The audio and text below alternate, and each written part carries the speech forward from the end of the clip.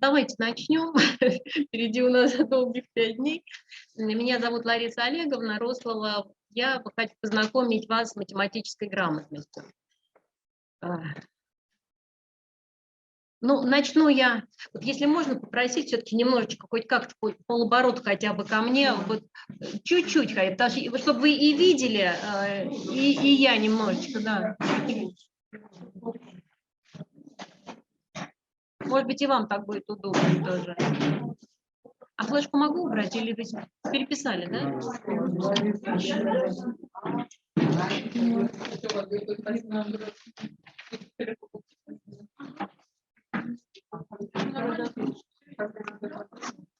Все, уселись.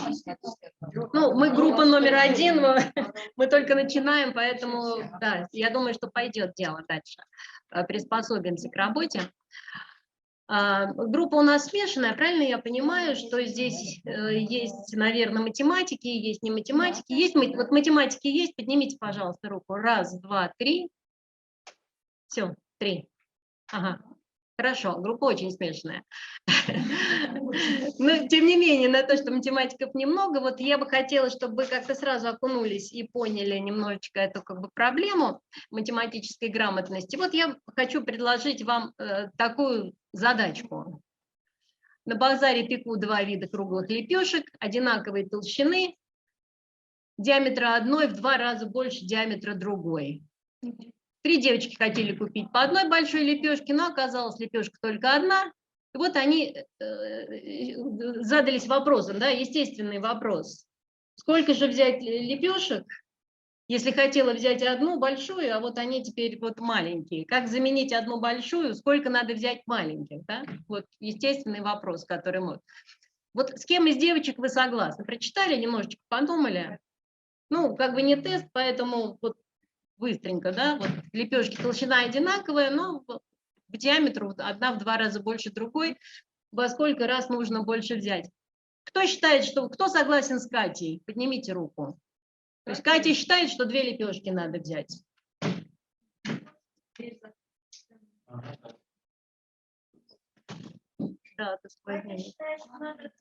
Да, Катя считает, что надо взять 2 лепешки. Ну, Катю можно понять. Диаметр в 2 раза меньше, значит, надо взять в 2 раза больше. Да? Согласна. А кто с Ирой, кто-нибудь согласен? 3 лепешки. 4 лепешки. Кто с Олей согласен? Ага. А остальные? Ну, тут очевидно.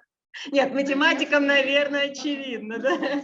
Но вот в математике, наверное, я тоже хочу, чтобы вы все посмотрели, и математики в том числе, да? Вот то, что очевидно вам, абсолютно не очевидно окружающим, хотя вот я думаю, что вы понимаете, что это абсолютно программная история, и, как бы, вот, наверное, и в экзаменах что-то похожее, да?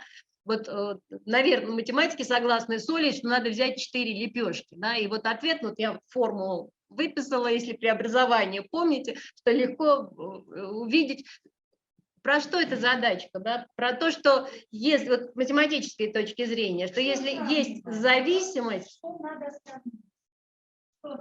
Надо понять, что сравниваемые величины это больше. Ну, это да, да. Это поймем, да. То есть, конечно, надо понять, что толщина одинаковая, она как бы лепешка, ну, условно, это какой-то там цилиндр, можно говорить про объем, да, ведь мы как бы съеденное тесто должны заменить, да, то, что вот в одной лепешке или массу там, можно так рассуждать, да. Соответственно, здесь, если толщина одинаковая, значит, вот у них только площадь разная, да, как зависит площадь. Вот отсюда формулы площади.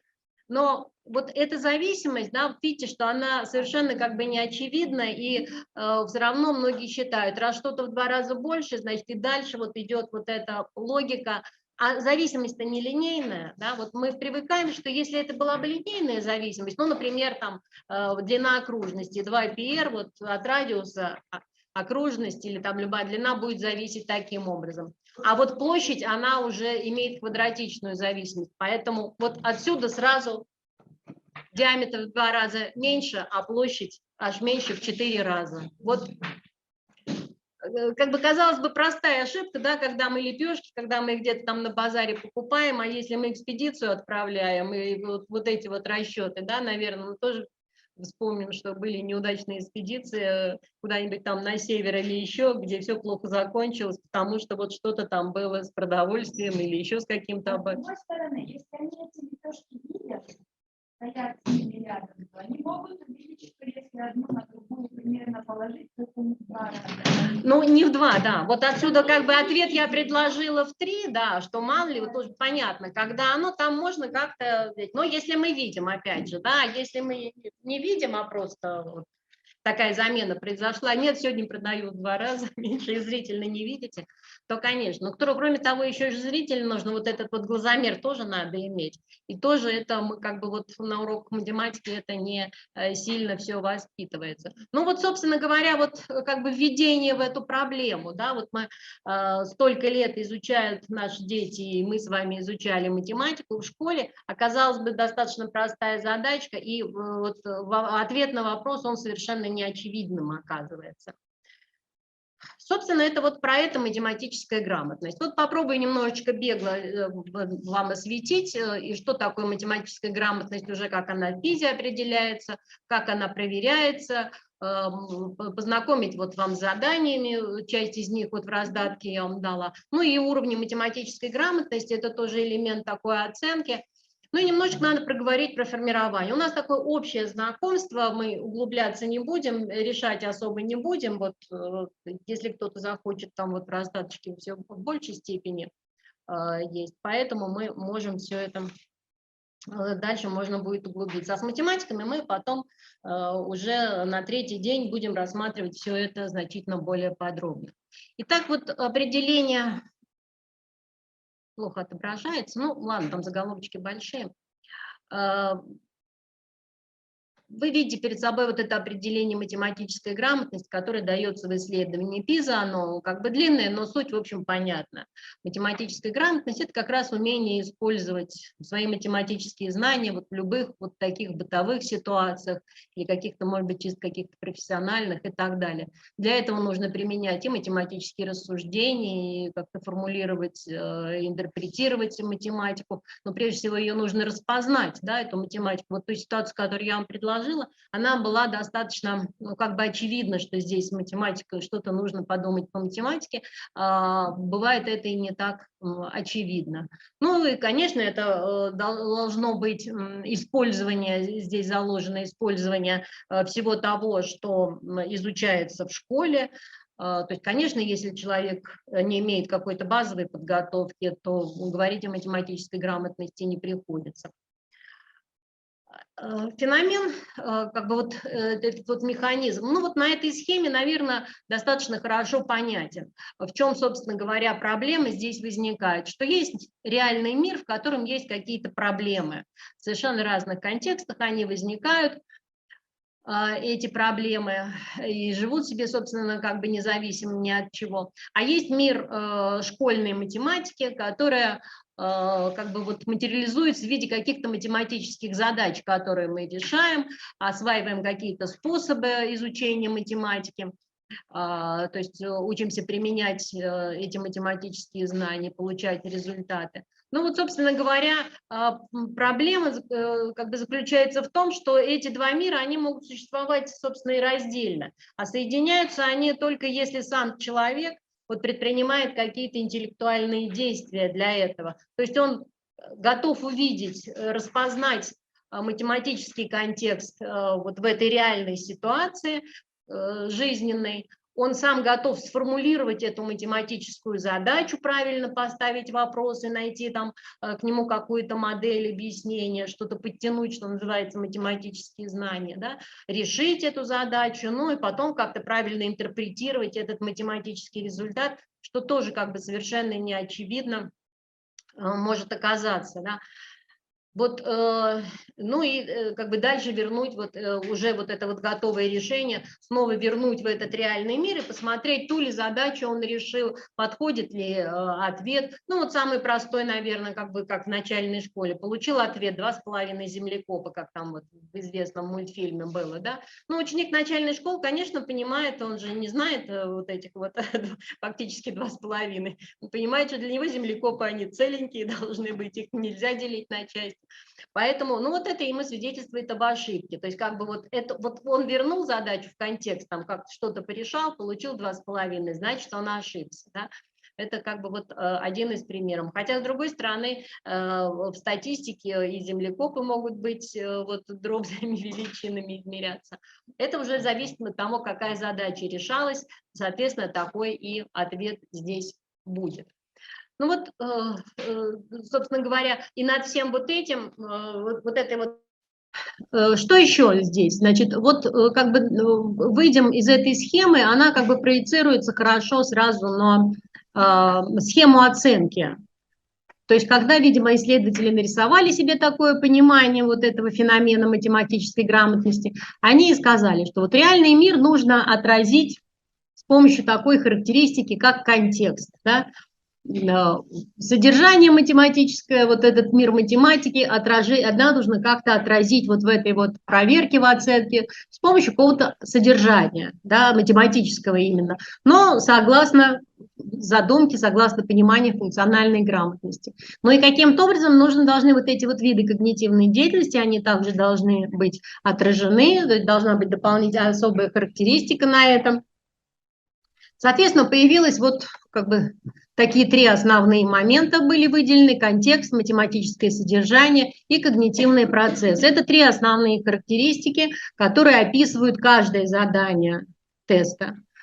Каждое задание приписано, как бы для него вот определено, что одна из этих характеристик. Внутри контекста какие контексты выделяют? Личная жизнь, да? Ну, это вот лепешки, это про личную жизнь, да? Это те, например, покупки, которые совершает каждый человек, как-то вот такие простые, обычные.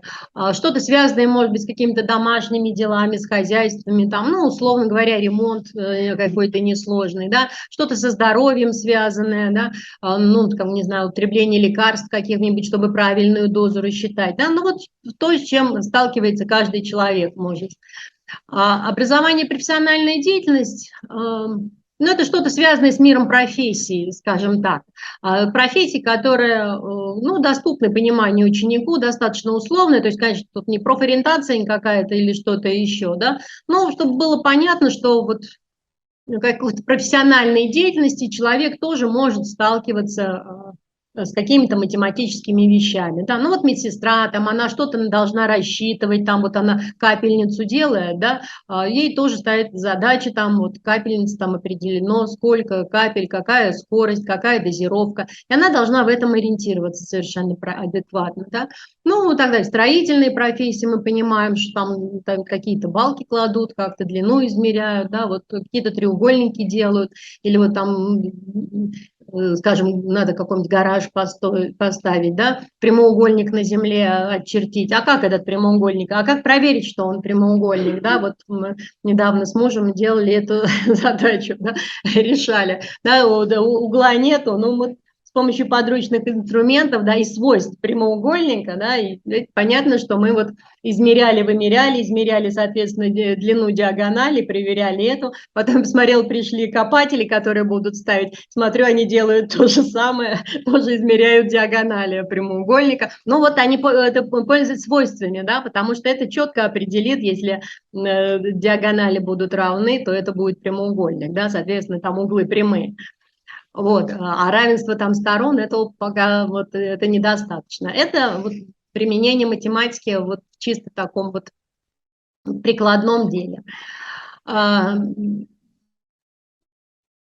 Общественная жизнь – это контексты, связанные с какими-то общественными явлениями, ну, скажем, там, с финансами, с деньгами, с валютами, с выборами, что-нибудь там с демографией как-то. Вот какие-то такие явления здесь могут быть описаны, там тоже применяется математика, естественно, и вот такие задачи с таким контекстом также используются. Ну, научные деятельности – это из любой научной сферы какие-то, ну, не научные, как в прямом смысле, да, понятно, что это какие-то исследовательские там вопросы могут быть, вот, отнесенные к тем или иным научным сферам, в частности, и математической тоже.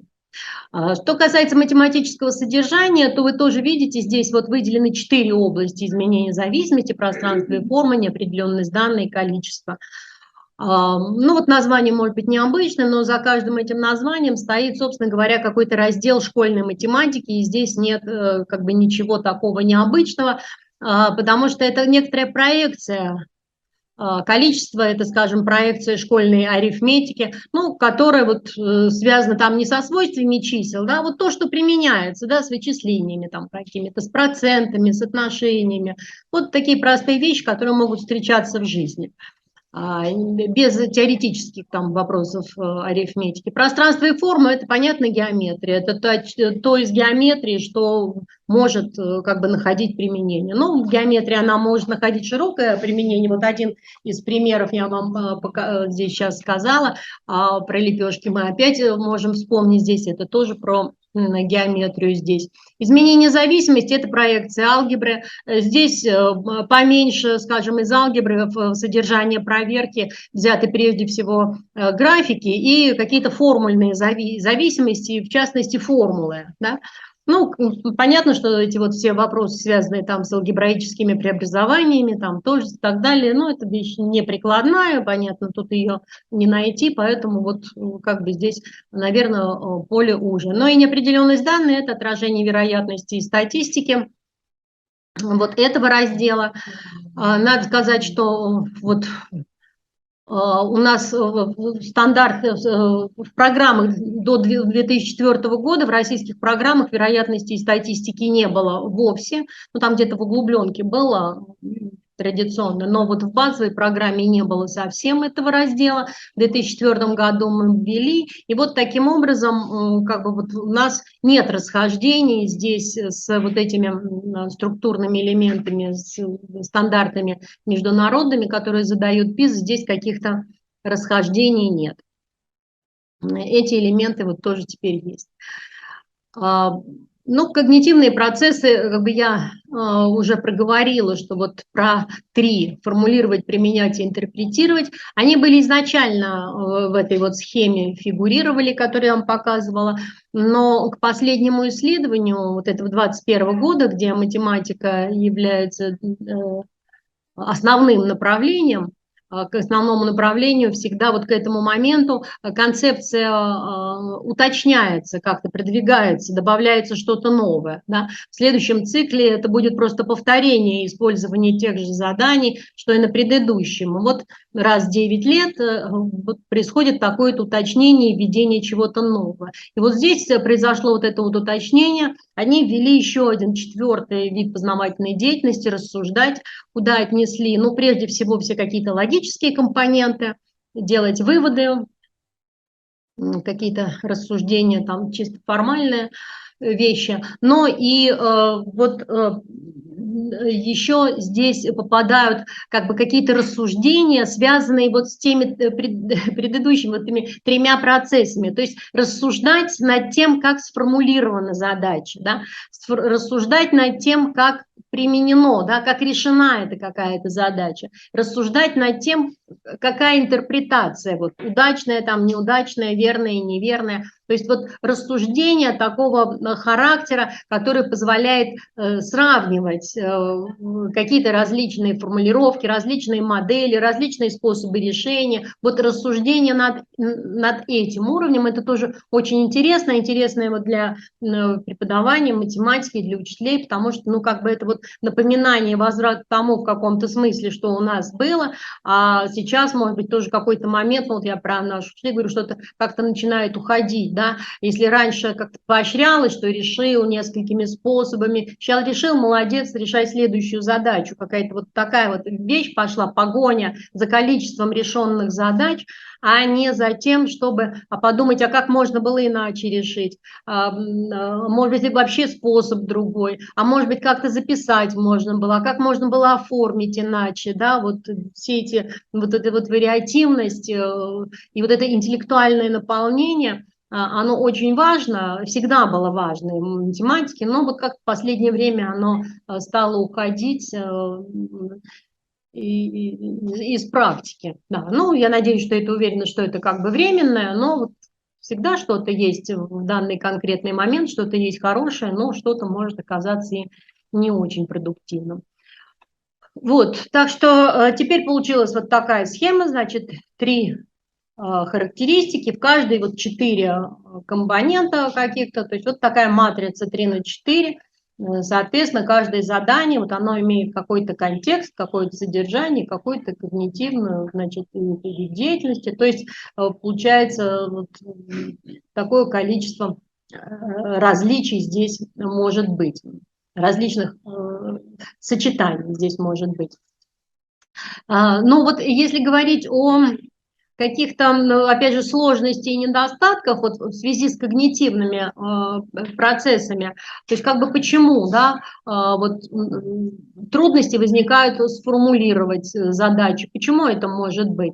Ну, если мы как бы анализируем уже и смотрим нашу практику, то, конечно, можно сказать, что вообще как бы традиционно наш учащийся получает какую-то готовую задачу. Ну, если мы говорим там про сюжетность, контекстность и какую-то, ну, это будет какая-то готовая текстовая задача уже, да.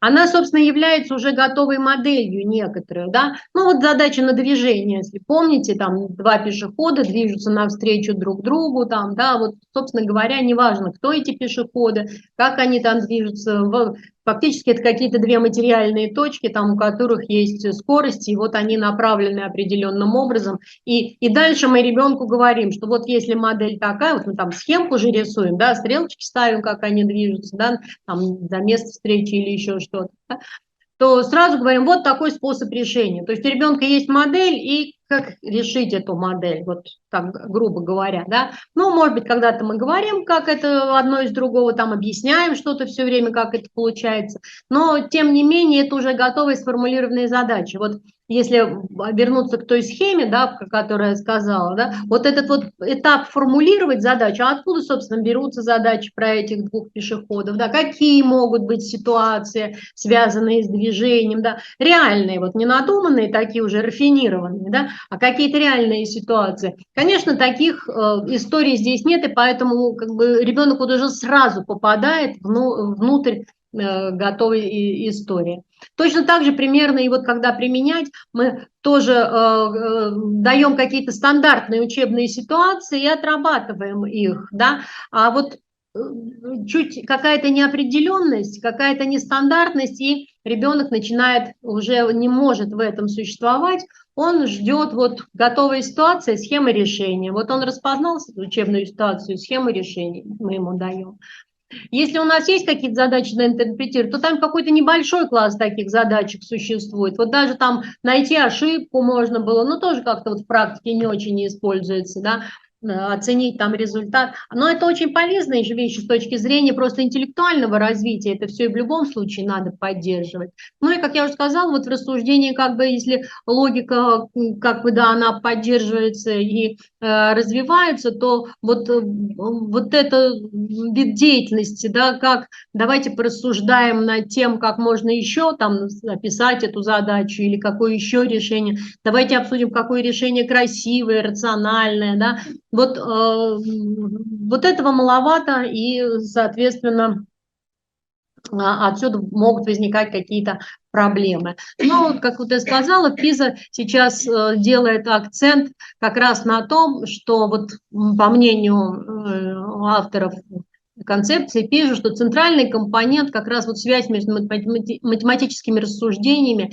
и решением вот этих вот поставленных проблем. Прежде всего это формулировать задачу, нужно то есть распознать, собственно, математику и увидеть эту задачу, да, и как-то вот ее сформулировать на языке математики. То есть это как бы ключевое, что мешает многим, то есть то, что мешает многим людям, да, использовать даже те знания, которые у них есть. Ну и вот, да, если человек не умеет рассуждать, даже если у него есть знания, он все равно будет бессилен решить эту задачу, потому что он никогда не получит точно такую же задачу, как вот он решал, она в любом случае будет какая-то немножко другая. Что хорошо вот в исследовании ПИЗа, это то, конечно, результаты, которые они выдают, и если результаты накапливаются за несколько лет, то можно видеть динамику какую-то процессов, можно сравнивать какие-то элементы. Ну вот, в частности, я показываю результаты российских школьников вот в 3 циклах, 12, 15, 18 годы. вот по видам деятельности, да, вот по тем трем, которые были в том исследовании. Да, ну вот мы видим, что наиболее удачно, как все-таки они справляются с интерпретацией того, что предложено, там немножко похуже, ну, примерно то же самое, как применять. А вот задача сформулировать, да, вот явно, что это некоторое как бы западение тут какое-то идет, ясно, что отличается. Ну вот это как бы иллюстрация того, что я уже проговорила, да, вот как бы, что называется, мы и так это знали, но когда это видишь в столбиках и в диаграммах, да, это уже легче там как-то доказывать, объяснять, почему это надо вводить, почему именно вот это вводить, да, вот это как бы цифры, они нам помогают в аргументации. Ну вот точно такие же диаграммки по различным областям содержания, да, видите, что с этой вот с арифметической частью справляются лучше, с алгебраической, ну да, вот похуже. И даже неопределенность данных примерно на одном и том же уровне, а вот с таким вот с геометрическим, да, с применением геометрии, что называется, да, вот хуже всего обстоит дело. И это, казалось бы, геометрия такой традиционной, даже традиционно российский, я бы сказала, содержанием, мы как бы гордимся, мы помним про Лобачевского, что не мешает нам вот давать такие совершенно вот не очень хорошие результаты. И кроме того, видите, да, вот столбики, они как бы вниз идут, да, вот они как бы ухудшается даже, да, может быть, это даже тенденция какая-то нехорошая есть во всем этом. Ну, может быть, это как бы на уровне там ошибки, но тем не менее, да, ясно, что уже как бы что-то должно настораживать вот в этой истории. Опять же, это нам позволяет взглянуть, почему я как бы показываю тоже еще вот, собственно, как бы российский, что это, ну, вот показать, что исследование помогает найти проблемы какие-то и дальше уже как бы искать им какие-то объяснения и помогать решать их, да, ну вот мы знаем, что у нас есть проблема с геометрией, мы даже можем предположить, да, потому что вот у нас был устный, еще там 20 лет назад был устный экзамен по геометрии, письменный экзамен по алгебре, но потом мы сделали единый экзамен по математике, потеряли в геометрию, она оказалась как бы вообще вот выведена из этого поля. Естественно, учителя стали, ну, как и свойственно учителям, стали забрасывать то, чего менее востребовано, понятное дело. И к тому же это же обязательный экзамен, это же понятно, что каждого нужно как-то подтянуть до уровня, да. Соответственно, все на алгебру кинулись, мы вставили это геометрические задачи там в экзамен. Но, понимаете, оно же все равно вот получается, что, как вот казалось бы, да, вот мы этим исправим. Но вот тоже не очень исправляется, потому что с этого времени как бы тоже вот прошло уже сколько, не исправляется, потому что потеряли вот эту устную часть, вот это вот говорение, вот эту аргументацию, вот эту вот логическую компоненту, да, а оставили фактически только решение задачек, ведь в письменный экзамен только как бы задачку можно такую вставить, да, и вот оказывается, что вот этого недостаточно. Ну вот я вам рассказываю как бы наши вот такие аналитические мучения, потому что дальше, ну, как бы это все отражается, да, когда мы проводим этот анализ, это отражается на том, как мы будем дальше там писать, переписывать наши программы, на что мы должны нацеливать там авторов учебников и как развивать экзамен, куда двигаться дальше, да, потому что у нас уже было много разных вариантов. В частности, у нас там был кусок реальная математика, то есть такие вот задачки практикоориентированные мы выделяли в один блок, да, и пытались как-то их отдельно оценивать. То есть у нас экспериментов было много, но вот геометрия это пока слабо отражается. Значит, нужно каким-то другим системным образом на это все влиять. Да. Вот это то, что показывает ПИЗа, как она, первый пример я вам сказала, благодаря ПИЗе фактически мы вот ввели вероятность и статистику, но вот здесь тоже, надеюсь, мы будем какие-то вводить изменения. Бывают новые вот темы появились в 2021 году, да, несмотря на, ну, скорее темы или какие-то, может быть, акценты тематические, хотя, конечно, вот эта вот новизна жизни, она тоже хорошо отражается и на исследовании раз в 9 лет, это вот хорошо, ПИЗа показывает, куда движется, да, вот это вот применение математики, и поэтому хорошо видно. Вот они выделяют вот это вот алгебраические составляющие явления роста,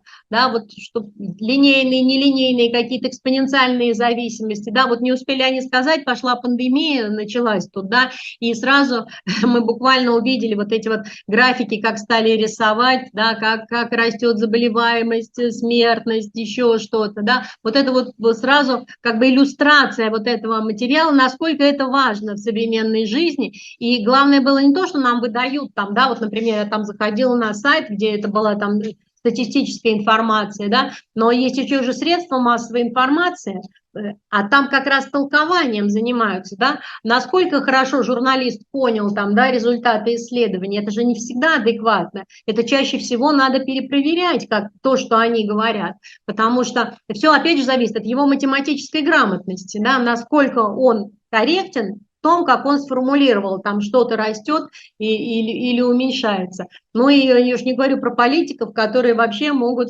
использовать это в своих целях, переврут, и, да, но на то есть и критическое мышление, да, что каждый человек, если у него есть математическая грамотность и критическое мышление, соответственно, он и разберется, где вот поймет, что какую-то информацию ему выдают неадекватно все-таки, это как-то в другом.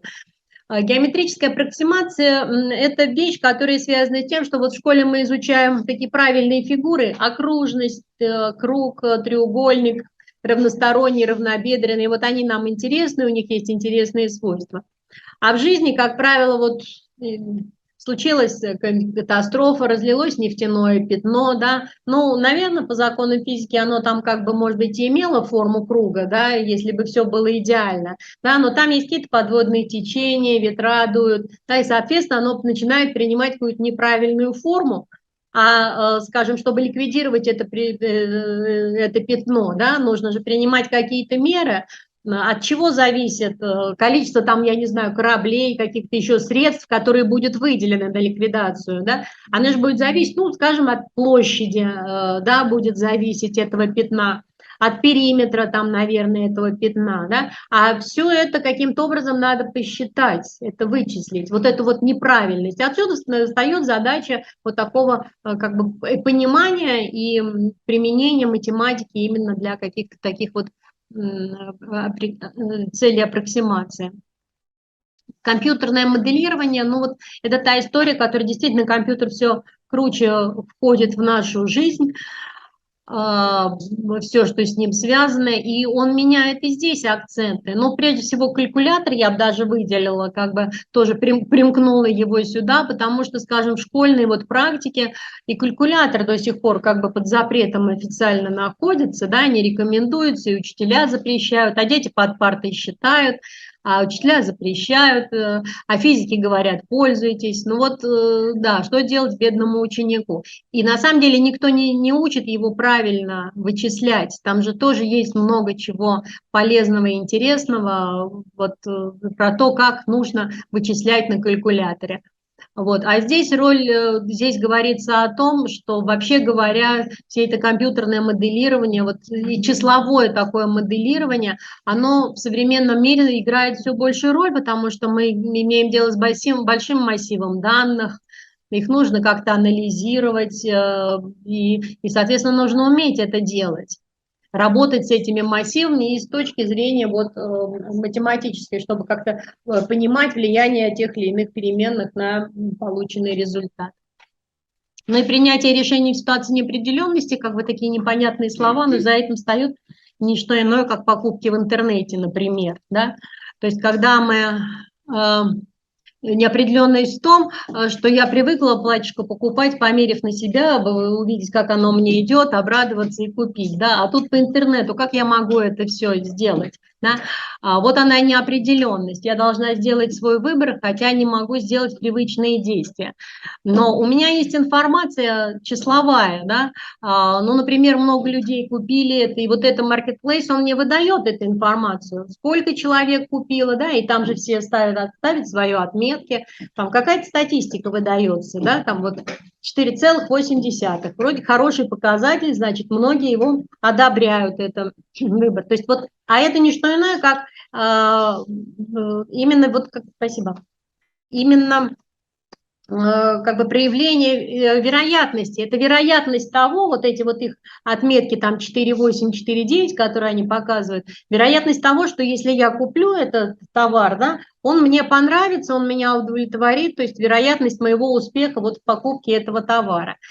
Вот, поэтому этим тоже надо уметь пользоваться, как-то, может быть, даже углублять свои знания. Ну, например, как бы пользоваться не только впрямую, да, вот той оценкой, которая есть, но можно же еще посмотреть, вот там есть отрицательные какие-то отзывы, да, что это за отрицательные отзывы. Ну, вот я как-то покупала там внуку машинку, мне там не подарить, просто нужна была машинка, да, я читаю отзывы. И вот смотрю, там в основном доставили не вовремя, там что-то запоздали, потом коробка была помятая, да, я смотрю, а я выбираю, а есть вообще к самой этой игрушке претензии, вижу, что к самому этому самому претензий нет, то есть тем самым как бы вот эта вот оценка моя естественным образом повышается, я как бы ее повышаю, да, вот эту вот вероятность того, что я куплю и все будет удачно, да, и я тем самым повышаю шанс вот этого, проведя такие, ну, небольшие, как бы, сказать, ну, в принципе, можно и посчитать, да, как бы вероятность успеха, но тем самым как бы я вот для себя так оценочно, да, в принципе, мне и 4,8 было достаточно, но как бы более легкой душой я осуществляла уже эту покупку, и, собственно, как бы она была. Вот здесь много каких-то вещей, которые тоже связаны вот именно с числами, которые нужно понимать, и, ну, или вот как другая история тоже из жизни, когда нужно было с мужем решили заказывать гостиницу, он одну выбрал, я другую, то есть и та, и другая соответствует полностью вот нашим параметрам, там интернет, там парковка, еще что-то нужно было, уже не помню чего, список был большой, но обе гостиницы были хороши, там расположение от центра чего-то, не помню, вот, уже давно все эти путешествия в нашей жизни случались. Вот. И вот мы встали в тупик. И вот он говорит, а у тебя сколько вообще вот отзывов, там, общее количество отзывов? То есть там же хорош, там тоже 4,9 баллов. Он говорит, у тебя сколько? Я говорю, у меня 26. Он говорит, у меня 1200. Я говорю, ну все, я сдаюсь, значит, ясное дело, пользу. То есть там вероятность больше уже от того, что большее количество людей дали вот эту оценку, да, соответственно, и вероятность она будет более высокая, потому что вот в моем случае еще там сколько тех отзывов, которые писали сами владельцы этой гостиницы, мы, конечно, не знаем. Но тем не менее, вот при больших данных, вот это тоже надо понимать в теории вероятности, да, чем больше данных числа, тем больше надежности этой информации. Вот это вот последние сюжеты нашей реальной жизни, которые должны входить, деваться некуда, и это интересно и полезно, и это очень даже прикладной аспект школьной математики. Сейчас решают программу, тоже заложено, учебную программу. Ну вот у нас заложена, да, вероятность, да, заложена, есть такие, такого типа, да, да. Ну, может быть, такие более классические все равно мы какие-то решаем, но да, это все на уровне определений. Да, да, есть и в ЕГЭ есть задачи по вероятности, в ЕГЭ есть, да. Да. И в 9 классе есть задачки по вероятностям.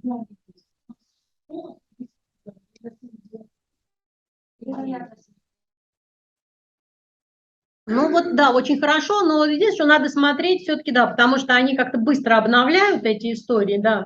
То есть, скажем, вот таких задачек прямой вот в учебнике не найдешь, да. Это буквально вот из последнего. Но, соответственно, учитель как бы понимает, учитель может это давать с детьми, это обсуждать, это да, может. Ну, новые типы заданий тоже. Понятно, что компьютер совершенствуется и дает больше возможностей для проверки, и тем самым как бы обогащая проверку. Да, мы привыкли там, ну, с выбора ответ, краткий ответ, все. Ну, вот теперь можно там перетаскивание, они разрабатывают какие-то измерения, построения. Ну, то есть больше как бы способностей каких-то они смогут проверять. Конечно, это только как бы более глубже и лучше качеством будет вот их проверки в этом смысле. В этом цикле у них тоже появляются такие вещи, как симуляторы формул. Это примерно, я думаю, что сталкивались так или иначе с чем-то. Ну, например, вот сейчас, если кто-то из Елена Лазаревна сегодня мне тоже рассказывала, я, говорит, это не считаю. Про деньги, да, то же самое было. Вот, ну, вот я про обои столкнулась, да, вот если нужно, можно в интернете забить, что там сколько рулонов обоев купить мне нужно, да, и сразу предлагается такой симулятор. Туда просят занести там параметры комнаты, длину, ширину, высоту, и там нужно указать ширину, вот, собственно, конкретных уже обоев, там, которые вы выбрали. Вот. И тут же сразу там заносишь, и симулятор этот выдает результат там 8, 9, уже округлять в нужную сторону. Да, стоимость можно что-то подсчитать уже, да, такие. Но на самом деле это та же самая как бы формула туда зашита, да. Есть более сложные, вот я, как эти называют, которые площади считают, вот эти вот специалисты. То есть площади участки могут быть разные конфигурации, и они всегда не прямоугольники, как бы проще всего длину на ширину, да, а вот они могут неправильные там и форма, да, и вот.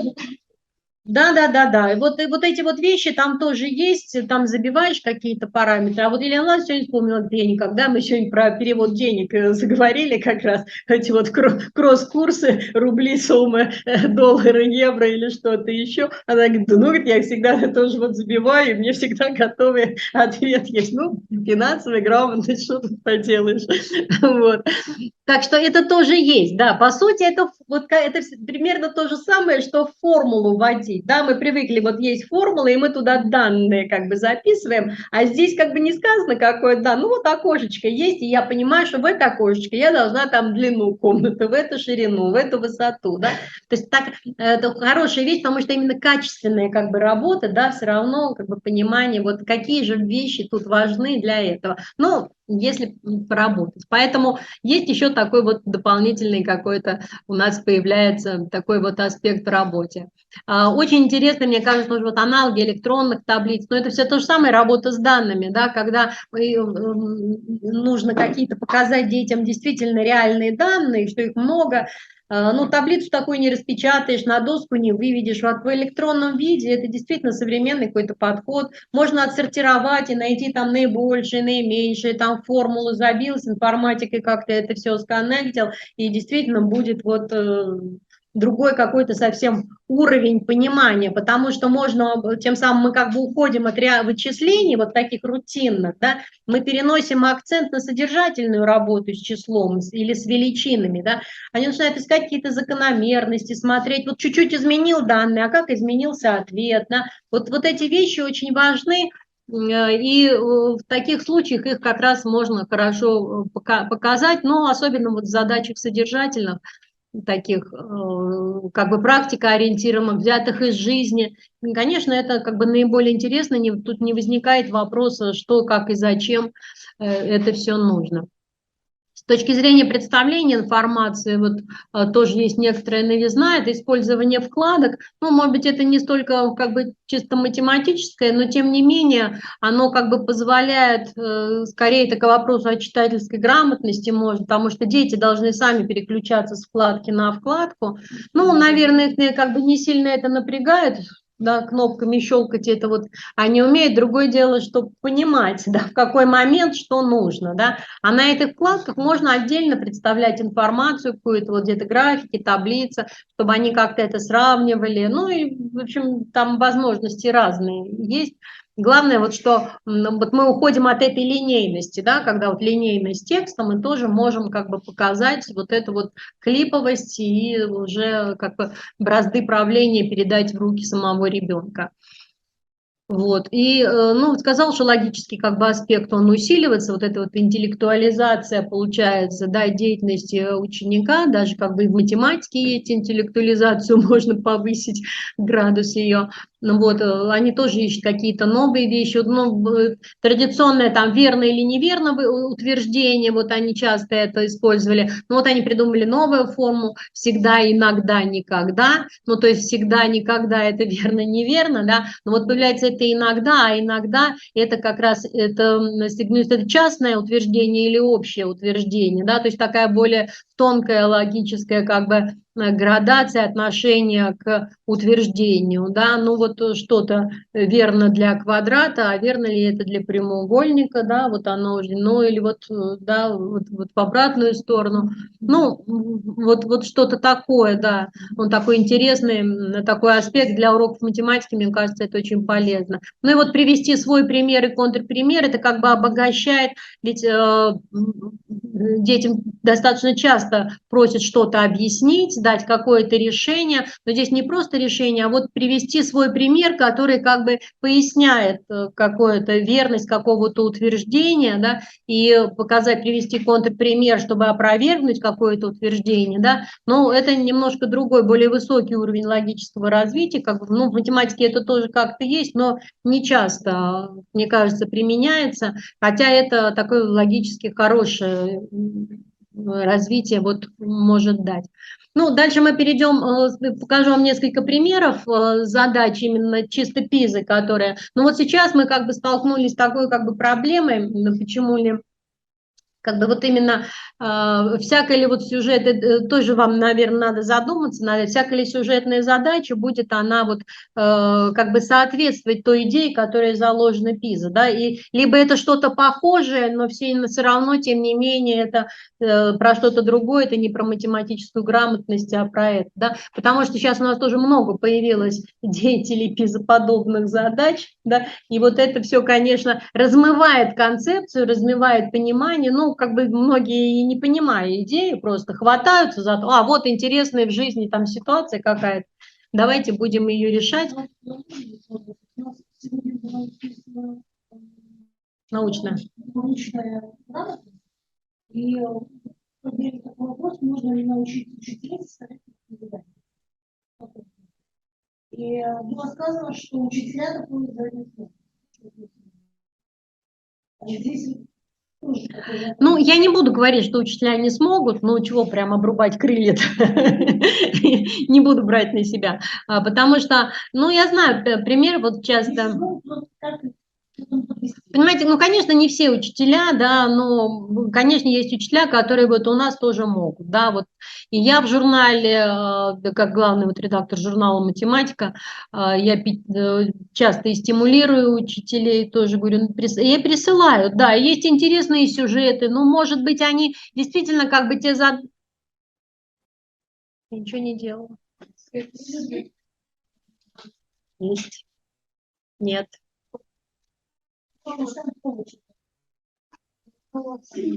Да, это, наверное, что-то, ну, не будем трогать ничего.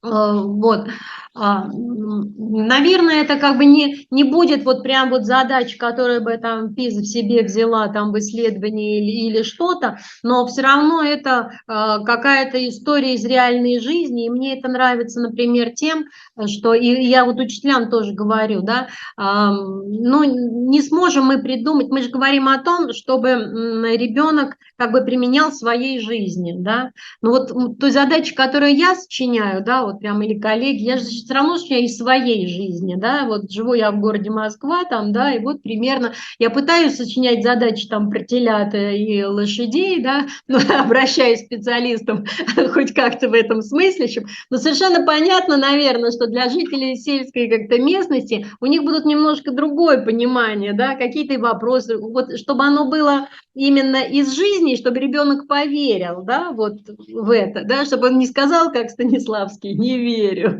да, вот хочется. Вот мне кажется, учитель может, да, как бы, как адаптировать, вот я просто всем говорю, вот берите как-то, адаптируйте, смотрите похожие задачи, задайте похожий вопрос, или как-то, ну или смотрите, что в окружающей жизни вот может быть, что, чем занимаются дети, где там есть математика, что они там на природе делают, спортом ли занимаются, да, из школьной жизни, может быть, какие-то истории, да, вот про это сочините задачи, и это будет, ну, вот как учительница говорила, что мы там с пятиклассниками проводили там опрос общественного мнения, Да, вот у них была проблема, ну, это правда, давно еще было, но вот я вспомнила, там еще телефонов, когда сотовых не было, а у них была проблема в школу в центре города, съезжались там они все равно, у них не было телефона, вот им нужно было телефон-автомат установить, там пошли пятиклассники, опросили абсолютно всех, мы, говорит, начали сначала в своем классе, потом параллельно, потом вообще стали на входе и опрашивали всех, абсолютно, включая больших дядей, вот этих 11-классников,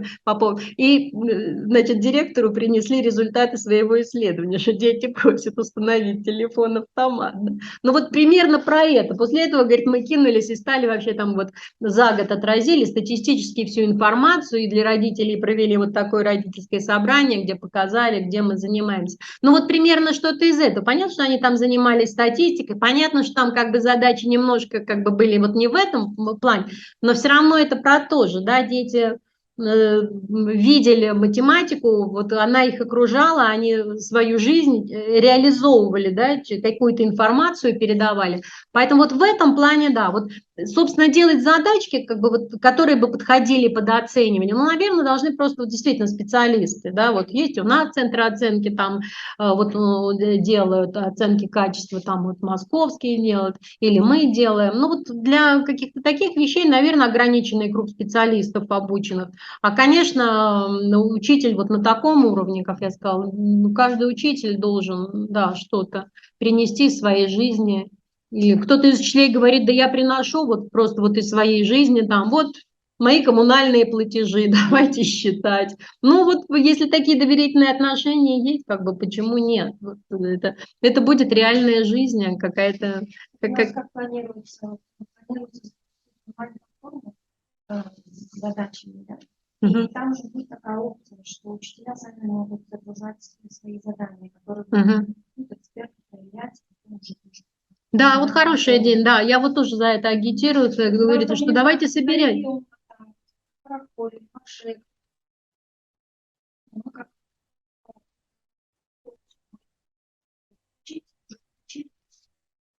Нет, это вот надо делать. Понимаете, к тому же вы как раз выявите учителей, которые могут это делать, и дальше, и создастся вот эта стиль, да. Да, вот и банк будет увеличиваться, и люди, это же все равно как повышение квалификации, составил задачу, вот обсудили, ты посмотрел, как там оценили, что у тебя не так там, или если ты хочешь продолжать заниматься этой деятельностью, то есть вот сама вот эта деятельность, она, конечно, очень полезна, да, то есть надо стимулировать, а уже кто сможет, тот сможет, да, это... Кроме того, тут много разных аспектов изникает уже и с точки зрения оценки, например, да, когда человек будет составлять задачу, он, во-первых, по-другому будет смотреть на проблему, да, и по-другому, когда он будет описывать оценивание, он по-другому будет и оценивать уже эту задачу, да, вот как мы сейчас столкнулись, например, да, учителю сколько не давай критериев к оцениванию, он все равно говорит, я сам знаю, как оценивать. Он не попытался порешать, там ничего. Как это? Я сам знаю, как это оценить нужно. Вот и все. А тут ведь идея-то в другом, как бы, да, особенно когда это должно быть централизованное тестирование, да, или как, да, вот нужно обучить экспертов оценивать так, как будто это вот один человек сел и оценил. Вот тогда объективность. Ну, как бы вот мы через ЕГЭ мы прошли, экспертов так вот готовим, но вот все равно, да. А когда в класс приходит, я сам знаю, что поставить этому ребенку, независимо от того, что он вообще тут нарешал. Все равно садись два, и больше я тебе не поставлю. Бывает, что и так. Так что вот здесь, да, вот давайте задачки посмотрим. Ну вот одна из первых задачек, такая известная задачка про пиццу. Ну, собственно, вот эти лепешки у меня как бы появились. Но лепешки это более простой вариант, да, там просто оценка вот сколько нужно, чтобы как бы заменить одну большую, сколько нужно маленьких. А здесь как бы та же самая идея, но здесь уже нет такой простой зависимости вот этих вот диаметров этих окружностей, да, но зато есть и те самые, сколько это стоит, да, сколько стоит та или иная пицца, да. И вот вопрос, он уже тоже другого немножко уровня, какие пиццы выгоднее покупать, да, и вот это понять, вот это в чем здесь выгода.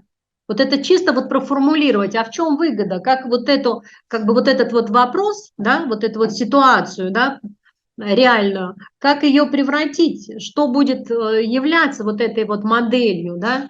Мы понимаем, что опять же здесь есть это вот эта вот зависимость и от площади, да, вот мы все это видим, но мы же должны теперь и отношения смотреть. То есть выгода в том, да, чтобы на, ну, как бы одну и ту же денежку, да, на одну и ту же единицу денежную получить как можно больше площади, вот продукта этого, неважно какого, да, вот получить. То есть важно отношение площади к стоимости здесь, да, и то есть мы должны такое более сложное уже будет сравнение. Вот, поэтому и область содержания здесь не про количество, не посчитать, да, нужно понимать именно зависимости. Зависимость, опять же, квадратичную зависимость площади от длины радиуса, вот это вот отношение, да, да, вот поэтому это зависимость, да. То есть не геометрия и не числа важны, а именно вот именно часть, которая связана с зависимостью. Поэтому и вот, но это к вопросу, как бы, как, почему, да, казалось бы, здесь какое-то отношение числовое, еще величины. Ну, величины мы посчитать. М? Вы знаете, вот я не могу сказать, какой они задают уровень. Это была вот одна из первых задач, потом они все это поменяли, поэтому как бы тут брать не буду. Вот про здесь, про этой задаче слишком она старая, вот видите, 2003 года. Вот. Но просто по результату, нет, она, конечно, она даже не средняя, она выше, да, она выше. Но судя по нашему результату прикинуть, это где-то вот повыше, да. Где-нибудь к 5-му уровню скорее. Ну, я говорю, чисто по нашему, если можно. Я, правда, не знаю, так никогда не делала, просто смотреть по, вот это, по корреляцию между результатами нашими и уровнями, насколько это может не всегда срабатывать, но, в принципе, может быть. Нет, то, конечно, высокого достаточно уровня задания, да. Здесь слишком как бы вот из разных областей много что нужно, и сформулировано, и самому сформулировать. То есть вот эти вот сложности, одна, другая, третья, они, конечно, все эти суммируются, и в результате вот результаты так схлопываются. То есть каждый десятый решил. Ну, вот. Дальше они стали делать задачи такие более комплексные, да, которые как бы есть некий сюжет, а к нему несколько уже вопросов, да, не как здесь вот в пицце один вопрос поставили, они вот, стали делать более такие. У вас эти материалы есть в раздатке, если здесь как-то плоховато, вот можно на бумажке посмотреть или там пометки какие-то сделать, что это все как бы ваш материал, да. Вот суть этой задачи, что здесь, значит, во-первых, есть вот такая новая информация, да, оказывается, что и парус можно поставить на современное какое-то транспортное судно, и оно будет помогать экономить дизельное топливо, да. Но перед этим вот идут сначала вот два таких достаточно простых вопроса впрямую, они как бы не связаны, но они связаны с именно с пониманием как бы ситуации, общей, более общей ситуации, да. Ну, например, про то, что вот первый, про то, что фактически там дуют ветра, да, и на высоте они больше, это силы, ветер больше, да, соответственно, вот там энергии больше скапливается, поэтому есть смысл запускать туда, отправлять вот парусы для того, чтобы они там работали. Но первая задача, это самое простое, ну, так и там лишнее убрать, это просто как бы, да, текстовые задачи для 5 класса, на 25% больше, там вот, чем заданная скорость, чему это равно, просто вычислить. Поэтому и вид деятельности здесь действительно как применять, потому что в чистом виде школьное знание, школьная текстовая задачка есть. Ну вот вы видите, там, если внимательно потом посмотрите, значит, правильный результат где-то только 60% учащихся наших там выдали. Вот видите, традиционные ошибки там есть, ну, есть необъяснимые, но есть вполне себе объяснимые, как всегда посчитали насколько и забыли прибавить, да, вот. Еще какие-то там ошибки не от того берут что-то, делают. Ну, да, есть умельцы, которые просто километры в часик и процентами складывают, оказывается, такие тоже находятся. Вот, и Вторая задача, она уже, видите, она уже из области геометрии, но она тоже вид деятельности применять, потому что она тоже фактически такая простая, ну, немножко практикоориентированная, но тем не менее обычная. Да, мы видим прямоугольный треугольник, мы понимаем, что надо найти гипотенузу, ну, мы видим, что он не только прямоугольный, но он еще и равнобедренный. Ну, надо вспомнить свойства, фактически задачка в два действия. Да? Вспомнить свойства прямоугольного равнобедренного, определить катет, и дальше уже бодро применять теорему Пифагора. Вот получаем ответ. То есть тоже никаких каких-то проблемностей, никаких сложностей как таковых, все вычисляется. Ну, вот. И еще выбор ответа здесь дан, поэтому можно приближенно там что-то прикинуть, получить ответ. Вот он есть. Ну, примерно половина и через это проходит. А вот третья задача, она как бы совершенно такая нетрадиционная уже, ну, прежде всего по своей форме представления, да, это скорее про читательскую грамотность вообще эта задача там для начала, да, потому что дана еще некоторая информация, связанная вот с конкретным судном, потому что на конкретное судно с конкретными характеристиками мы должны установить вот этот вот кайт, мы знаем, сколько он стоит, мы знаем там вот стоимость топлива, вот эти вот проценты нам даны, да, и чтобы нам ответить на вопрос, через сколько примерно лет экономия на дизельном топливе покроет стоимость установки кайта, да.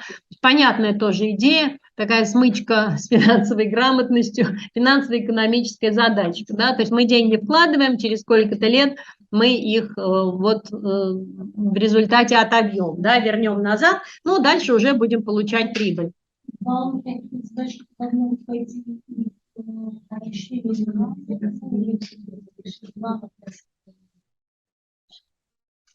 Чтение, читательское, нет, они это не, нет, они не судят, нет, она дана в математической грамотности, да.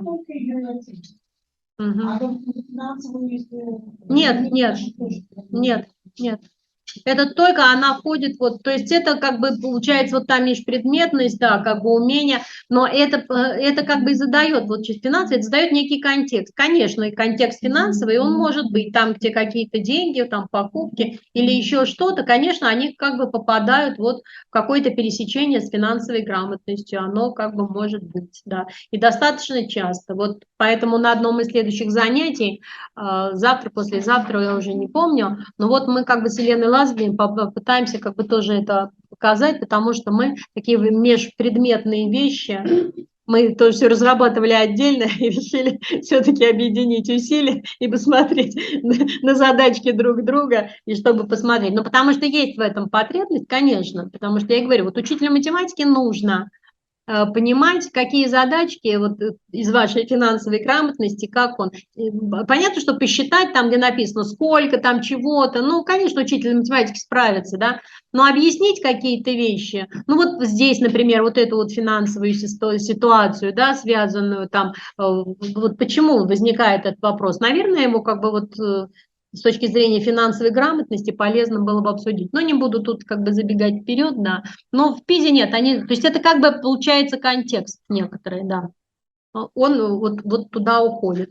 Ну, а вот для решения, вот видите, на этом слайде я как бы выделила вот информацию, как бы нужно вот эту выбрать, да, и вот решение, оно есть, тоже и решение непростое, да, достаточно, ну, с точки зрения просто навыков каких-то, да, если руками считать, ну, когда они давали, то там получалось, что дети должны были руками считать, там калькуляторов, по-моему, не было еще в это время. Сейчас в ПИЗе калькуляторы детям даются встроенные, да, и они могут пользоваться, ну, может быть, они не во все задачи встроенные, но, как бы, я думаю, что здесь бы это все спокойно проходило, потому что вот действительно, я думаю, что мало кто продрался через эти вычисления, ну, чисто вот по вот таким признакам. То есть задачка на умеешь ли ты вычислять и хватит ли у тебя терпения. Вот. Но вот этот вот момент тоже, что вот обратите внимание, да, 8,5 лет, вот нигде не сказано, вот там приведите и подтвердите, вот и все, да,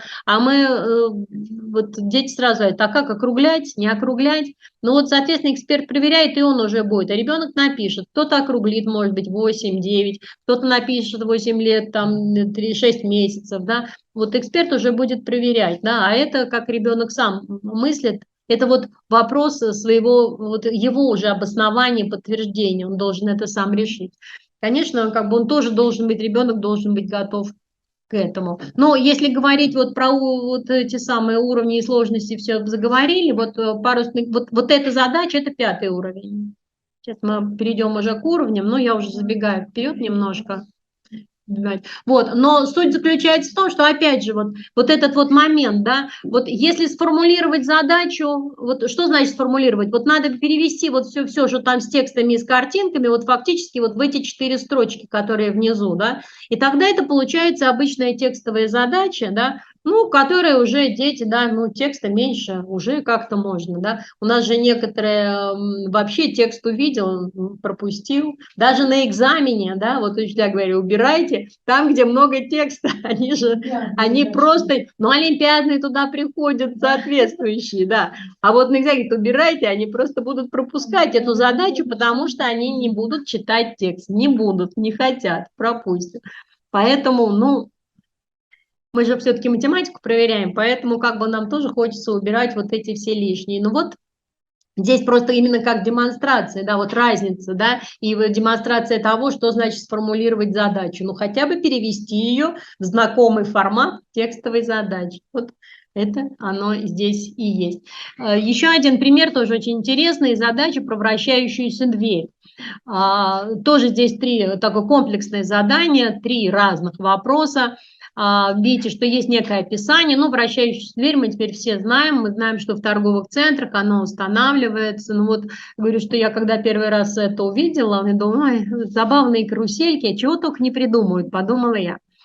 И только из этой задачи я поняла весь великий смысл этого изобретения человечества. Да? Но вот это в следующем вопросе. А вот первая задача, вы видите, тоже здесь. Есть текстовое описание. Видите, 2 метра, в скобочках 200 сантиметров. То есть они где-то не гнушаются даже вот так вот давать. И еще посмотрите на рисунок, они снова еще им дали 200 сантиметров. Да? То есть, ну вот все зависит от того, что они хотят проверить. Да? Вот если они это не проверяют, да, то они это вот и дают, да. То есть нельзя проверять все сразу, нужно отсеять и понять все-таки, что главное то, что вы хотите проверить, да. И 3 рисуночка дают, что не дай бог там плохо прочел, чего-то недопонял, да. Вот, но тем не менее это нужно все эти рисуночки уметь тоже понимать. Вот, ну, первый вопрос очень простой, определить угол между перегородками. Ну, простой, это как бы условно, это нам кажется, что простой, потом вот посмотрите там на результат и увидите, что как-то даже вот, да, для наших школьников почему-то непростой, вот, с чем тут связано. Вот, может быть, тоже с этой необычностью, да, вот упростили бы, да, вообще все бы убрали, просто дали 1 рисунок и 1 вопрос, вот, может быть, и пошло бы дело. А тут вот что-то слишком много, и опять же закинули. Но вот самое интересное, это, конечно, второй вопрос здесь, который как бы и объяснил мне, для чего делают эти двери. Оказывается, для того, чтобы не было сквозняка. Вот они закрыты всегда. Вот эта дверь всегда закрыта. То есть, соответственно, сквозняка нет. Понятно, и понятно отсюда, почему их в торговых центрах ставят, да, там же, значит, человек вошел, вышел, значит, там все время на первом этаже будет сплошной сквозняк. Вот, собственно, в этой задаче и предлагается рассчитать, а как рассчитать, да, вот параметры этой двери, да, в каком случае, какая должна быть там наибольшая длина дуги, да, ну, там, в сантиметрах или в длине окружности, в частях могли бы все равно спросить, да, чтобы вот это вот было перекрытие. И вот это вот самое первое понять, да, вот как оно, в какой момент же все-таки это все перекроет, да, как должны соотноситься эта часть, вот эта дуга с этим углом, да, который задается между, да, понять, что это должно быть треть окружности, да, а дальше, что, соответственно, дверь симметричная, там еще треть должна быть, ну, уже 2/3, значит, это стенки, значит, треть остается на 2 эти дырки вход-выход, ну, соответственно, на каждую дырку треть разделить пополам, 1/6, да, вот как бы суть, да, наверное, понятно более-менее, вот когда я рассказываю, но догадаться самому, да, тут требуется как раз, во-первых, и сформулировать, а в чем задача, действительно, я ничего не понимаю, да, вот в чем, что найти-то, что посчитать-то нужно, да, вот именно как раз промоделировать надо, потому что, ну, это я помню по себе, я как бы тоже не сразу как-то схватилась, думаю, что, ну, вроде очевидно, но тем не менее, да, все равно надо как-то вот там что-то порисовать, помоделировать, да, когда это, вот этот момент, чтобы поймать. Ведь здесь наибольшую длину дуги, да, это же такое тоже вещь, наибольшая, наименьшая, да, вот почему наибольшая, да, вот эти минимаксные истории, это тоже все нетрадиционно, да все динамично, в общем, абсолютно нетрадиционная такая, такая движущаяся планиметрия. Третья задачка здесь, она как бы тоже вот совсем из другой области, и вообще не про геометрию, да, как бы тоже вот как и предыдущий, да, вот казалось бы геометрический сюжет, но как бы это же про дверь, да, там же люди ходят, а сколько людей пройдет там за определенное время, да, ну, например, это тоже понять легко, это ситуация, да, там, например, экстренная эвакуация, да, нужно знать пропускную способность, да, вот как, сколько, ну, вот, может быть, там торговые центры, может быть, не так. Ну, не знаю, здесь на 30 минут, это как бы то, что уже я додумываю, да, вот может быть, но тем не менее, да, вот вы же видите, там где-то что-то горит, а людей же надо эвакуировать, поэтому вот такие задачи.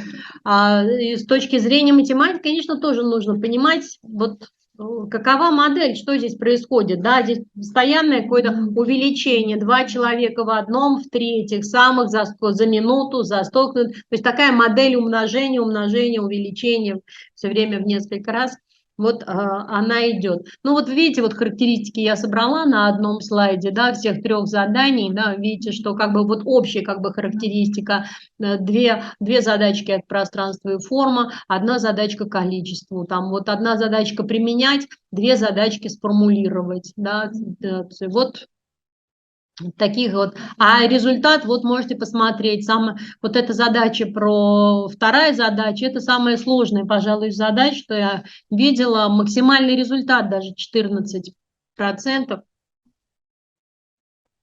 Ну, вот это уровень, вот это как раз 6-й уровень, да. Это наивысшего уровня задачи 6-го уровня. Но это и понятно, да, и необычное все, и контексты, и ситуация, и вообще тут промоделировать нужно, прокреативить, и, ну и, в общем, все необычно. Да, и рисунков много, и вот, все параметры, которые есть, они как бы все на высоком уровне оказывается. Но я хочу сказать, что вот первая задача, вроде она, да, совсем простая, но даже максимальный результат 90. Ну, не могу сказать, что она выходит. Ну, конечно, она естественным образом, да. Все равно как бы нужно понимать. Хотя градусы там не работают, но я думаю, что она в каком-то смысле подсказкой тоже является, да, в каком-то, да, потому что визуализировать. Но видите, вот максимальные 90%, но я, честно говоря, больше не видела, мне кажется, что больше 90% было все равно. Но вот из наших учащихся где-то вот 60% только справляются, да. 360 поделить на 3, казалось бы, что тут, собственно говоря, да, но вот что-то не так, что-то мешает.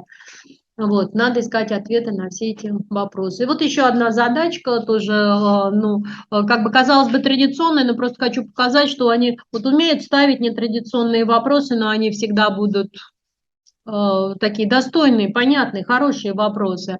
Ну, вот менеджер собрал данные о продаже дисков 4 групп, вот на диаграмме они все представлены, и дальше вот он задается вопросами различными.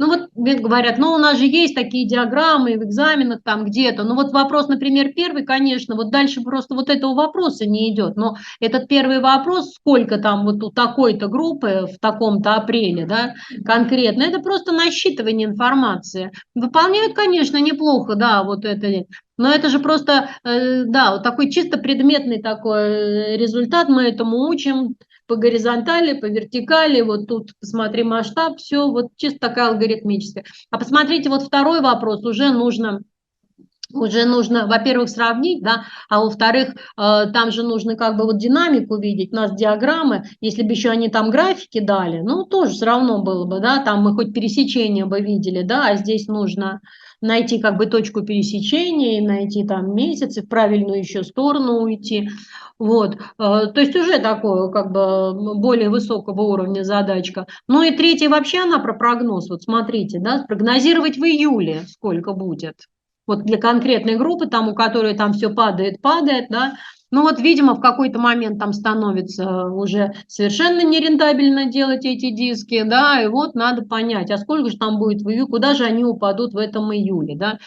И тут какие-то надо искать, вообще непонятно способ решения этой задачи, да, нет, как бы, вот, как смотреть, насколько каждый месяц идет, там примерно оценить. Ну вот, вот такая она достаточно креативная прогностическая задача, которых, скажем, вот у нас таких задачек в учебниках, как говорится, нету, да, нету. И даже когда графиками мы занимаемся, как казалось бы, можно было что-то здесь также как-то вот делать, но вот нету достойных сюжетов, все как бы на уровне вот формальном. Вот. Ну, кстати, результаты, они приблизительно, как-то они на этих задачах. Ну, может быть, действительно, вот уровень у них примерно один и тот же. И могу показать их дальше. У меня будет диаграммка, если уже про уровни вы спрашиваете, там мы, как бы, мы посмотрим на диаграммке. Ну, вот, собственно, про уровни, да, для тех, кто, может быть, не спрашивал еще, выделены 6 уровней. По каждому направлению, там они сначала выделяются как бы содержательно, потом статистически все это вот, как-то подводится. Ну вот как бы вот это наши результаты российские за все циклы исследования, да. Просто вот хотелось показать, посмотреть, а есть ли какая-то динамика, вот в чем-то динамика. Ну, в общем, какие-то, в общем, волны на море, да, никакой динамики. Ну, вот можно только по отдельным каким-то параметрам, просто мы анализируем. Для каких-то вещей важно искать ответы на вопросы. Но понятно, что, скажем, вот эта вот серая часть, да, потому что голубая это начинается вот второй уровень, он пороговый, да. Все, что слева от то, что серое, вот это допороговый уровень. Голубой – это то, что повыше. Соответственно, конечно, это очень важно, понимать, сколько детей вообще не достигают этого второго порогового уровня. Но здесь мы видим, что вот за все эти годы мучений, значит, ну, где-то на 10% количество таких детей уменьшилось. Ну, тоже хороший результат, естественно, да. Но вот мы смотрим как бы с сильными учащимися, вот тут как бы нет изменений никаких, что, конечно, как бы тоже нас не может не тревожить и не заставлять думать в этом направлении, да. Во-первых, их процент невысок, да, вот посмотрите КНР, да, на диаграммке ниже, специально вот их свела вместе, вот диаграммка, у них на 5-6 уровне 45%. Мы же не думаем, что они умнее, да, дети в плане, да. Если считать, что дети одинаковые, да, значит, просто это вот качество нашей работы, да, учителей, значит, мы вот им столько не додаем нашим детям, да, то китайцы получают, да, они могут вот такие математически грамотные выходить в жизни, да, а наши почему-то вот как-то мы с этим не дорабатываем. Ну вот, да, это я как бы опять же к анализу информации, как бы над чем, что называется, работаем, вот как анализируем, что-то пытаемся здесь сделать. У вас по отдельности, да, Отдельно есть, она не то что отделила, потому что она и в выборку общую входит, и в общую выборку, да, да, и отдельно они считают. Есть различия, да, в Москве. А? Мы не отказались от того, что там у нас наверху мы предпочитаем пока, ну, не знаю, да, что-то. Да нет, и от Болонской не отказались, на самом деле, это какие-то там идут, да, ну, не знаю, нам неведомо, что будет в дальнейшем, да. Ну, мы, конечно, мы работаем, да, все равно мы работаем, мы все это развиваем, мы провели мощную подготовку вот тоже с учителями, просто это сам по себе факт, потому что это как бы первый раз так было сделано, такие вебинары еженедельные с тренингами, там, с диагностиками, просто само по себе вот то, что мы делали, мы сильно этим гордимся. Оно нас сильно ослабило, но мы как бы довольны. И результат все-таки тоже позволяет дойти, то есть мы дострелили до многих, до наших регионов, мы тоже увидели там людей, которые готовы работать, и вы видели результаты, там вот как бы заряд был мощный такой, да. Я говорю, что там команды образовались, которые тоже, вот это да, да.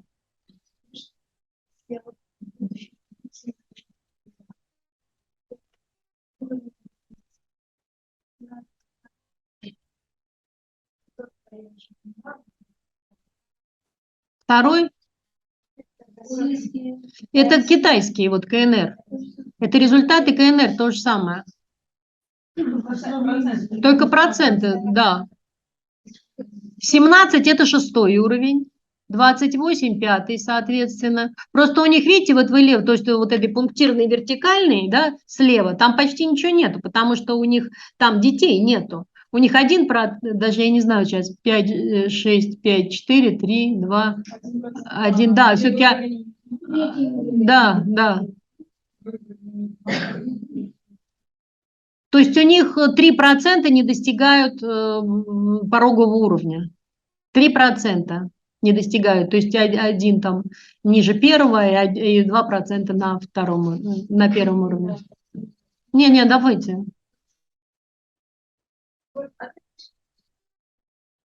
Да, ну это да. Это порог, да. Это 2-й, 3-й, 4-й, 5-й, 6-й. Вот эта двоечка, это то, чего вы не видите, да. Ну вот видите, выше это лучше видно, просто оно не пропечатывается, вот выше, да. И то это округленное, потому что это вот эти 1,5%. Они здесь округленные просто. Да, это 5-й, да. Да. Знаете, я тоже не сразу увидела, когда я тоже не поняла, да. Потому что там так мало, что даже не влезают цифры. Ровно от этого, да. Я думаю, что это может играть. Нет. Поэтому вот здесь вот, да.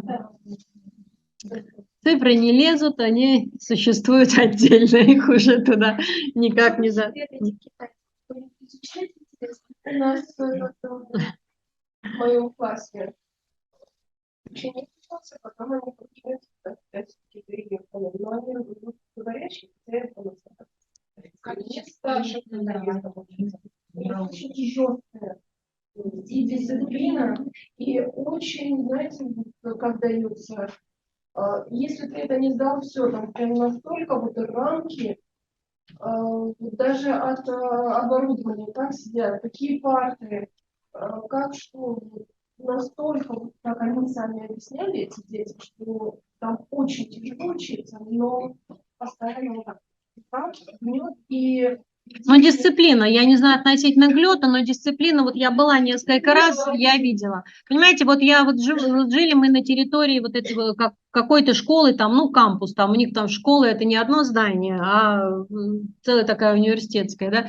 Я вот ложусь спать, я вижу в библиотеке детей достаточно младшего возраста, которые сидят, еще работают. Я уже спать ложусь. Да? Я встаю утром, я уже вижу, как они бодро туда идут, эти муравьи туда. Да? Я вхожу в школу, я не понимаю, там тихо. Да? Я говорю, а что, детей нет в школе? Нет, все сидят, работают. А можно там, мне открывают дверку, я вижу одну дверку, да, там 60 человек в классе, да, но они все работают, и все там тихо. Понимаете, то есть вот за счет, это, конечно, дисциплина, да. И кроме того, это, конечно, вот эти вот социальные какие-то, ну вот эта возможность роста, они понимают, зачем вот эти вот ступеньки, да, это какие-то стажировки, премии, там какие-то, вот эти вещи тоже есть, да. Очень дорого платить, если ты не сдашь какую-то экзамен. Ну, вот это, да, да, но вот эта система есть. И в семье, и в школах, да,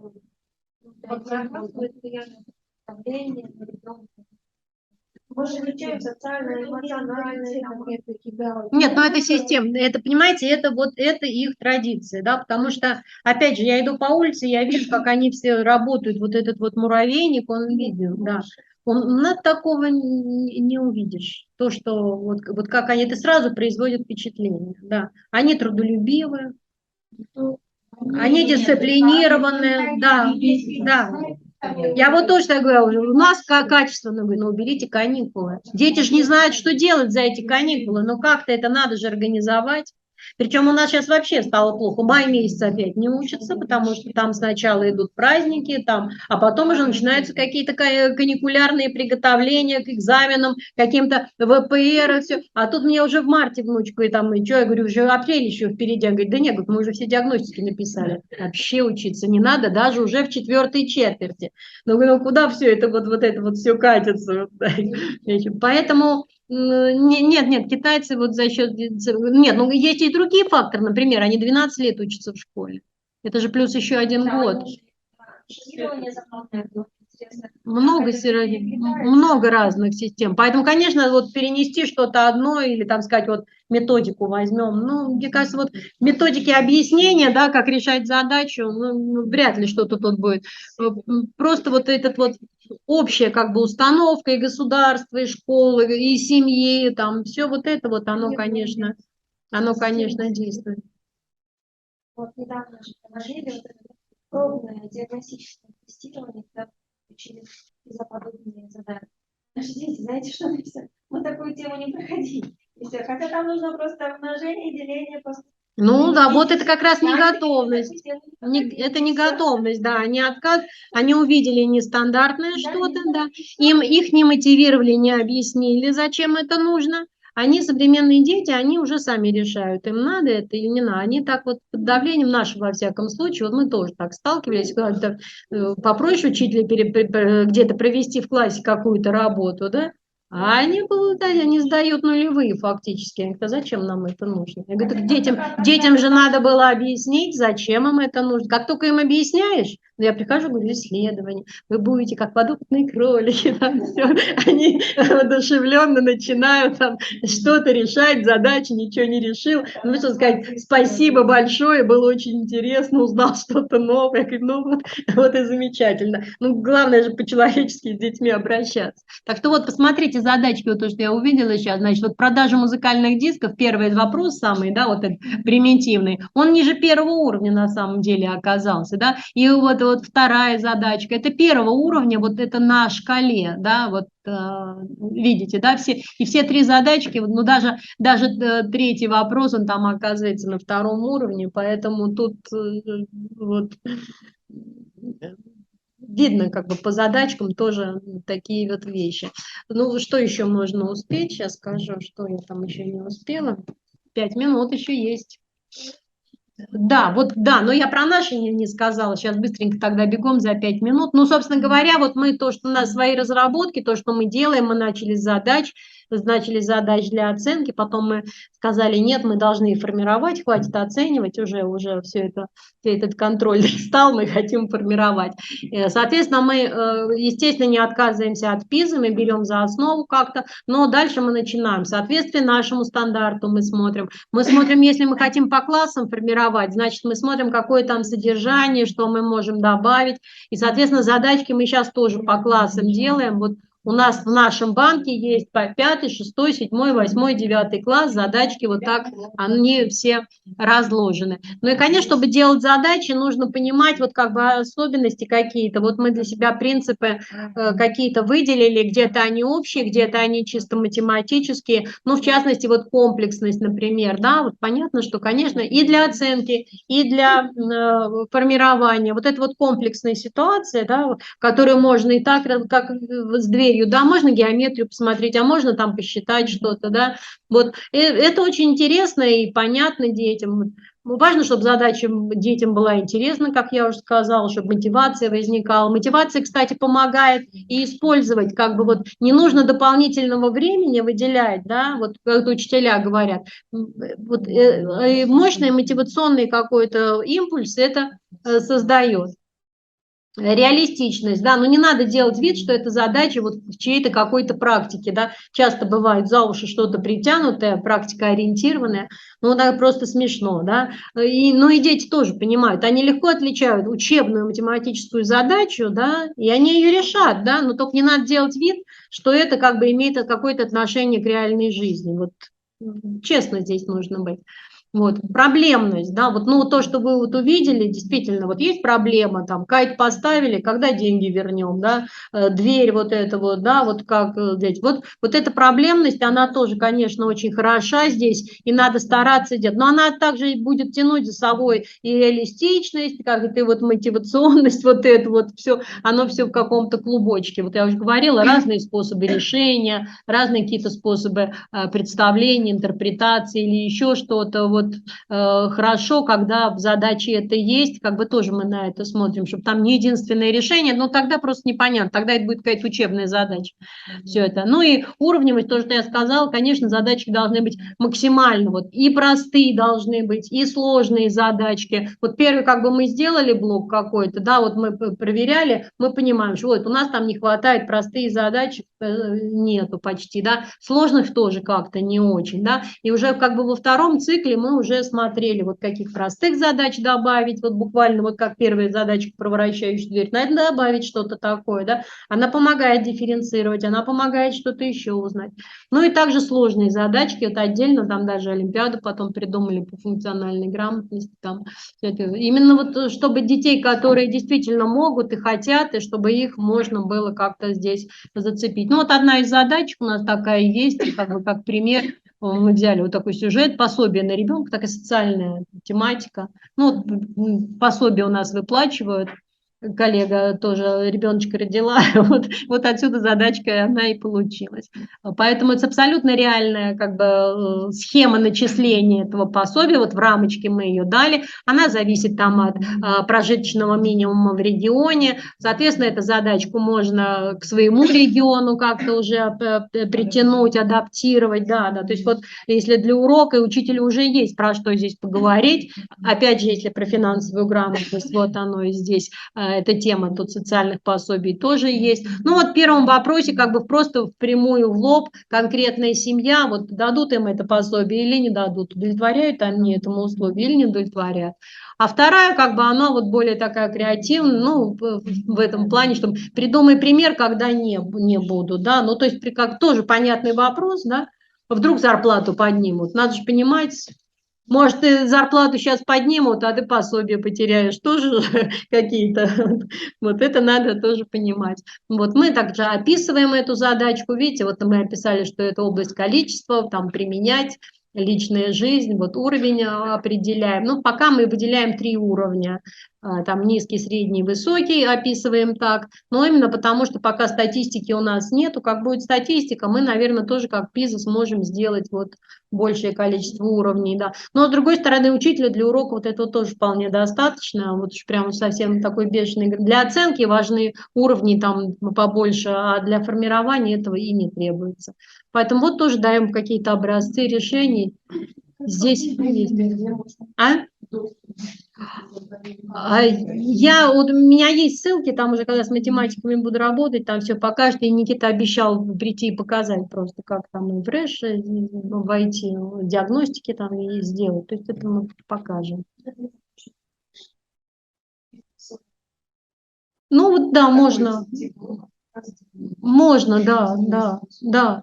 Ну вот у нас тоже делают, мы с Еленой Лазаревной как раз про финансовую грамотность тоже делаем такую сейчас единую внеурочную там программу внеурочной деятельности. И вот мы тоже выделили там такой блок, где математика плюс финансы, вот такой. Вот есть отдельно, а есть там вот 2 занятия внутри, где мы сейчас про это делаем. Думаю, что и дальше продвинемся.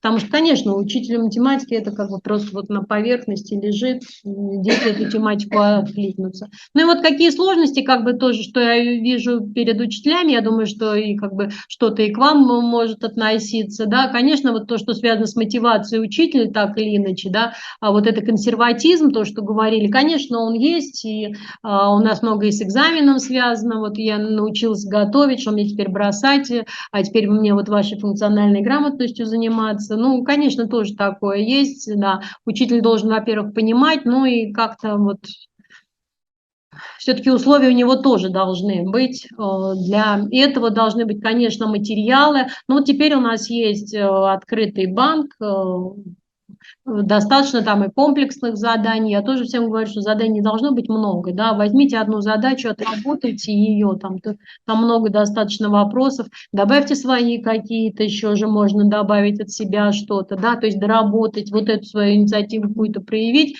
и это действительно вам надолго хватит этой задачи. Лучше с одной задачей долго жить, ее как бы проживать, чем хвататься и кидаться сегодня одно, завтра другое, это не поняли, не допоняли. Все-таки ребенок должен как бы прожить эту ситуацию, примерить на себя ее в каком-то смысле, да, после чего он сможет с этим делать.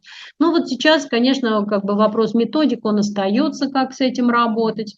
Но поскольку массово так вот с учителями сейчас отработали, мы как бы первые моменты решили, будем больше вот в части методики делать.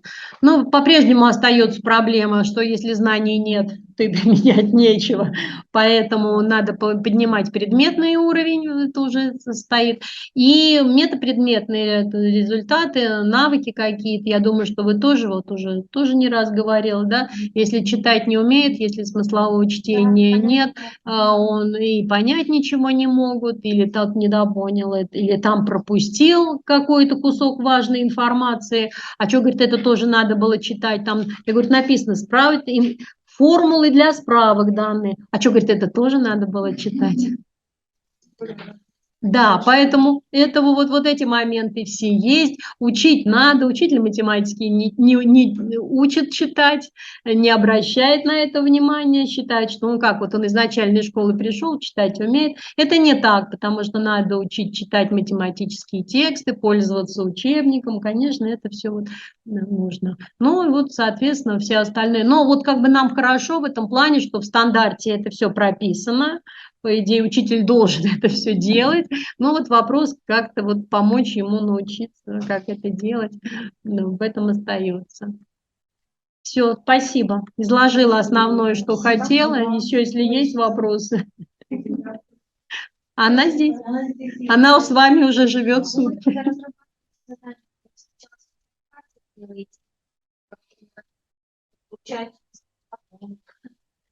Потом, да.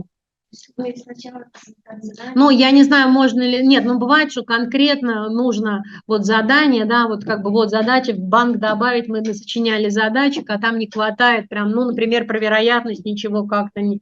Ну, тогда начинаешь уже думать это.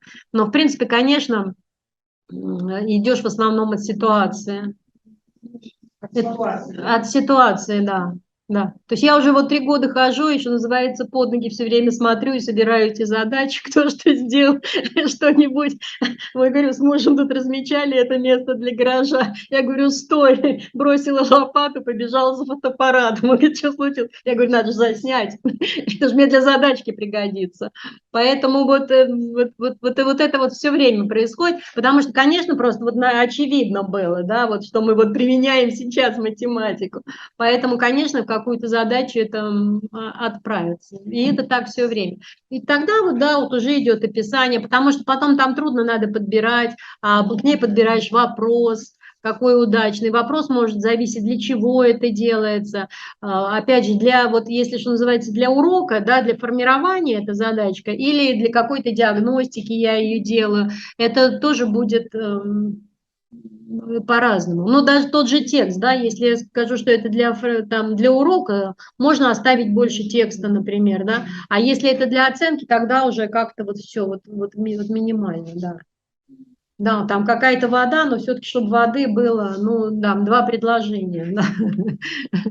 Вот как-то так. Поэтому такой сложный процесс.